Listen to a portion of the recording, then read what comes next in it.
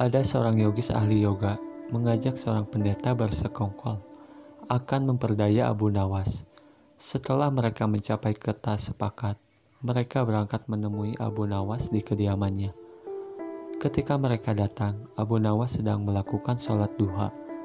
Setelah dipersilahkan masuk oleh istri Abu Nawas, mereka masuk dan menunggu sambil berbincang-bincang santai. Seusai sholat, Abu Nawas menyambut mereka. Abu Nawas dan para tamunya bercakap-cakap sejenak. Kami sebenarnya ingin mengajak engkau melakukan pengembaraan suci. Kalau engkau tidak keberatan, bergabunglah bersama kami, kata ahli yoga. Dengan senang hati, lalu kapan rencananya? Tanya Abu Nawas polos. Besok pagi, kata pendeta. Baiklah, kalau begitu. Kita bertemu di warung teh besok, kata Abu Nawas menyanggupi. Hari berikutnya mereka berangkat bersama. Abu Nawas mengenakan jubah seorang sufi. Ahli yoga dan pendeta memakai seragam keagamaan mereka masing-masing. Di tengah jalan, mereka mulai diserang rasa lapar karena mereka memang sengaja tidak membawa bekal. Hai Abu Nawas, bagaimana kalau engkau saja yang mengumpulkan derma guna membeli makanan untuk kita bertiga, karena kamu akan mengadakan kebaktian, kata pendeta. Tanpa banyak bicara, Abu Nawas berangkat mencari dan mengumpulkan derma dari dusun satu ke dusun lain.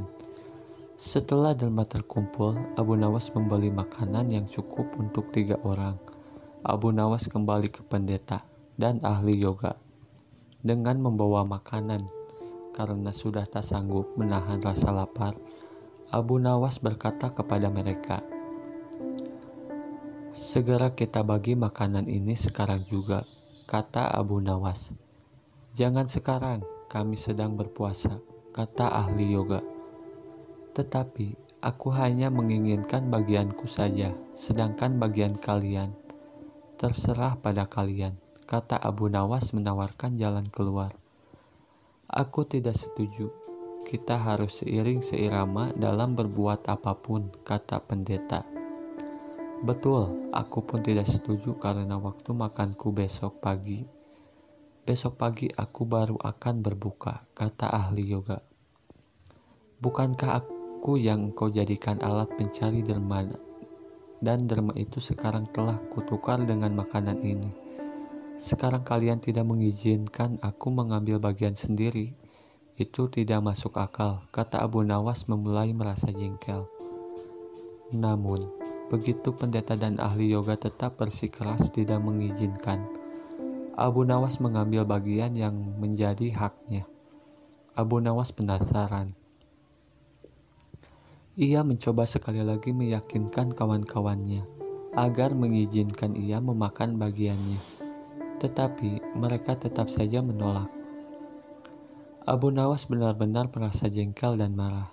Namun, Abu Nawas tidak memperlihatkan sedikit pun kejengkelan dan kemarahannya. Bagaimana kalau kita mengadakan perjanjian, kata pendeta kepada Abu Nawas. Perjanjian apa? Tanya Abu Nawas.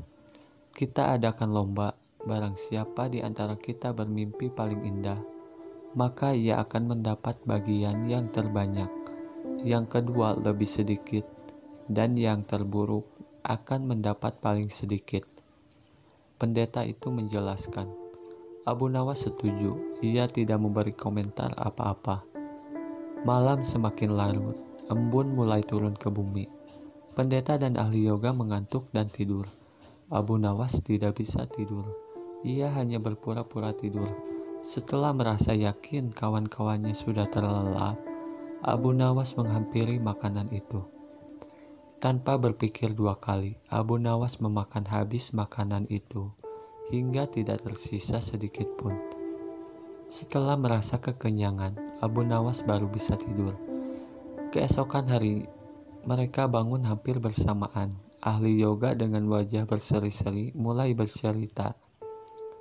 Tadi malam aku bermimpi memasuki sebuah taman yang mirip sekali dengan nirvana. Aku merasakan kenikmatan yang belum pernah kurasakan sebelumnya dalam hidup ini, kata ahli yoga. Pendeta mengatakan bahwa mimpi ahli yoga benar-benar menakjubkan, betul-betul luar biasa. Kemudian giliran pendeta menceritakan mimpinya. Aku seolah-olah menembus ruang dan waktu, dan ternyata memang benar-benar aku secara tidak sengaja berhasil menyusup ke masa silam di mana pendiri agamaku hidup. Aku bertemu dengan beliau, dan yang lebih membahagiakan adalah aku diberkatinya, kata pendeta dengan wajah berseri-seri. Ahli yoga juga memuji-muji kehebatan mimpi pendeta. Abu Nawas hanya diam, ia bahkan tidak merasa tertarik sedikit pun, karena Abu Nawas belum juga buka mulut.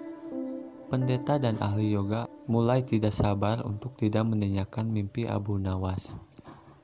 Kalian tentu tahu Nabi Daud alaihi salam. Beliau adalah seorang nabi yang ahli berpuasa. Tadi malam aku bermimpi berbincang-bincang dengan beliau. Beliau menanyakan apakah aku berpuasa atau tidak. Aku katakan aku berpuasa karena memang tidak makan sejak dini hari.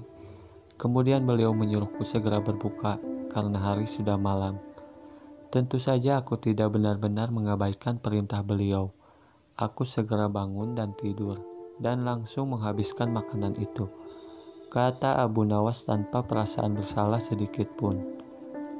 Sambil menahan rasa lapar yang menyayat-nyayat, pendeta dan ahli yoga saling berpandangan satu sama lain. Kejengkelan Abu Nawas terobati. Kini mereka sadar bahwa tidak ada gunanya coba-coba mempermainkan Abu Nawas. Pasti hanya akan mendapatkan celaka sendiri.